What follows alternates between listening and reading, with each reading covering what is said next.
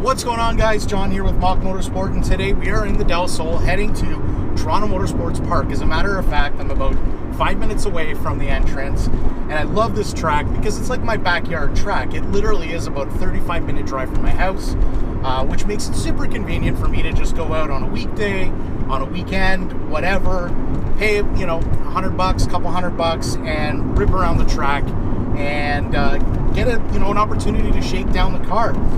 What I love about this track is that it's one of the tracks that we use in Ontario Time Attack as well, so it really helps me set a baseline for the car. It's a good testing track. It's not an overly large or high-speed track per se, but it does offer enough in terms of its technical aspects and, of course, a couple of long straights to get that that straight line speed. Now, the one thing that we're doing today is it's November 4th.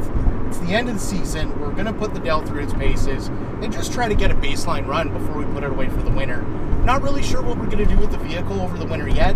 Don't really know what direction I'm going to go with this build. However, want to get an idea as to what the last best performance of this vehicle was before it went away. And that way, whatever we do over the winter, we'll have a solid baseline. So where's the Del Sol sitting right now? Well, the engine is essentially bone stock, with the exception of a fluid change, and I replaced the radiator with a CSF high flow rad, and that's pretty much it. That's all I've done to the engine.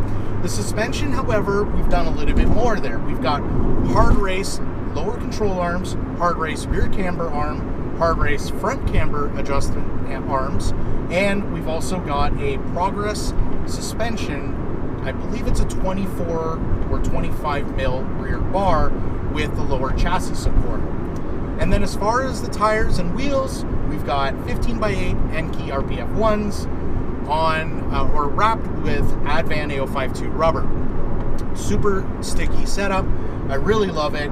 These tires performed absolutely phenomenal throughout the OTA season, and I'm really looking forward to running a fresher set of these next season, maybe with some different wheels, maybe the same wheels. I haven't really decided yet. However, today we're going to head over to the track. We're going to run a baseline, get an idea where the car's at, enjoy this beautiful day. I mean, for a November day, it is sunny.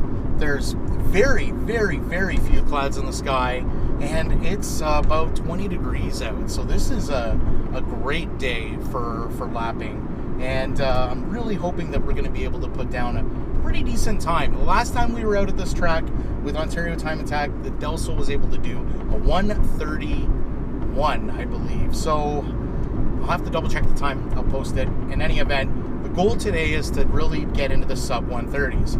If I can get this vehicle into the high 120s, like a 129, I'd be really happy. Remember, this is bone stock, 125 crank. What is it, like maybe 91, wheel horsepower? It's not an overly quick car, and it weighs about 2,350 pounds. So, albeit it is a light car, it's not necessarily, a super powerful car for its weight. So, we're gonna see how we do today. I'm hoping that we can break into the high 120s, and we'll go from there. All right, I'll catch you back when we're at the track.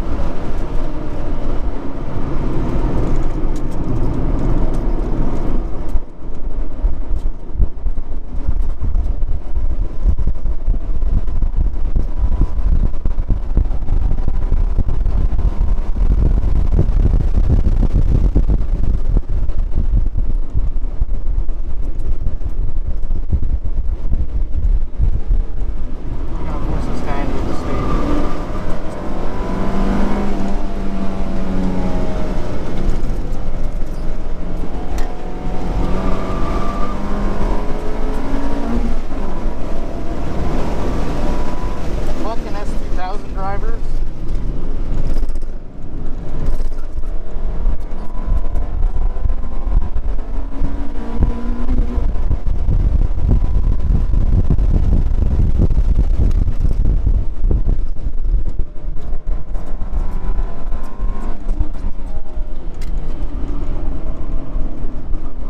That's how you close the gap.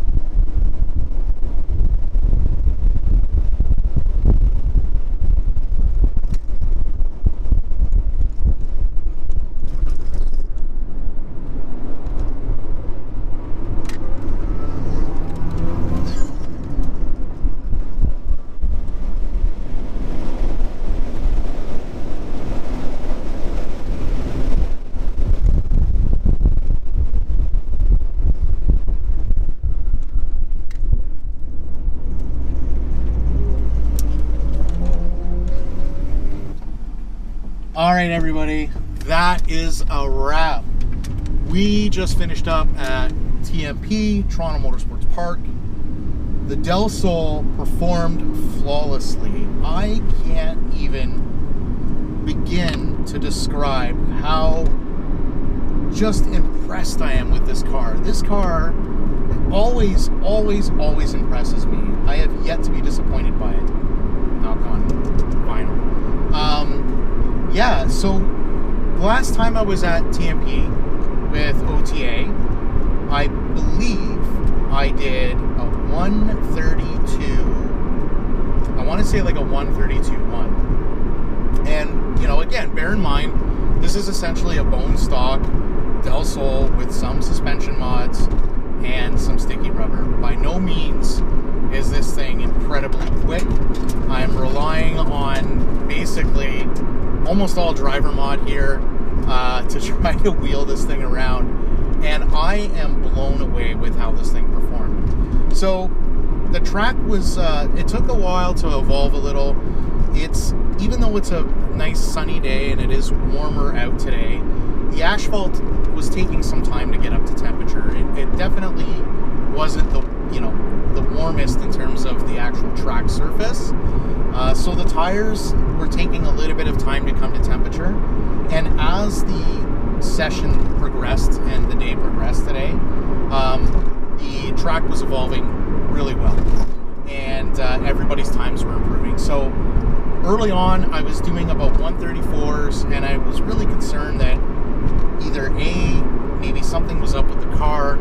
It did make some unusual noises, which you may or may not hear in some of the videos. Again, I gotta go through this thing, who knows what's up. It feels fine, it's driving fine, it's tracking straight, nothing alarming or unusual, but it is making some unusual noises, who knows. Maybe the chassis welds are starting to pop, I don't understand. But in any event, we did really well. Our times went from a 134 and then dropped down to 132s consistently.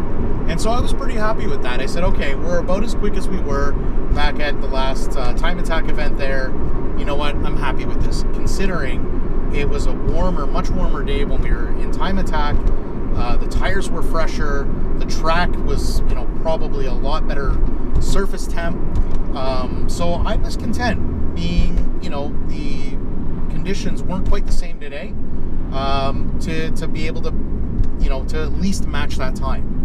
But as the track continued to evolve today, and as my seat time increased with the car today, I actually improved on that time and went from 132s consistently to 131, and then even a 130 flat,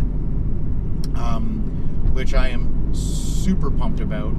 I think that there's definitely more time in the car. I think that if I had put a little more seat time in, I could have improved on that time. However, I was getting really low on gas, and I didn't bring a jerry can with me with any spare gas, so I didn't want to risk it, as I have got probably enough to get me to the gas station at this point. I mean, let's be real, this is a Honda. If it were on empty, it would probably get me halfway across the globe. But I didn't want to chance it, and I certainly didn't want to push the car to the point where I was going to maybe starve it of fuel mid-corner or something of that nature. I mean, you know, it's not like I'm boosted or have much to worry about here, but I certainly don't want to wreck the car either. So we are stuck behind some farm equipment moving awfully slow. However, the car did very well. I'm super impressed. Like I said, we were able to improve on our time, not just by a little, but 2 seconds is a significant amount of time to improve on. So I'm really, really happy with that. Going into the end of the season with that, I'm really content, and I know that whatever it is that I decide to do on the car, hopefully with any luck, that time is going to improve.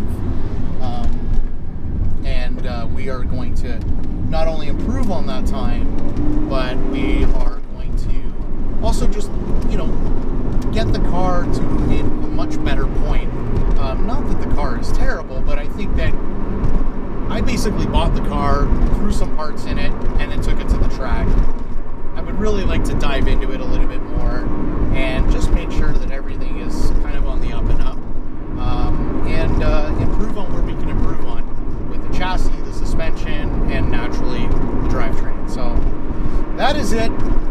I hope you enjoyed the video. As always, thank you for your support.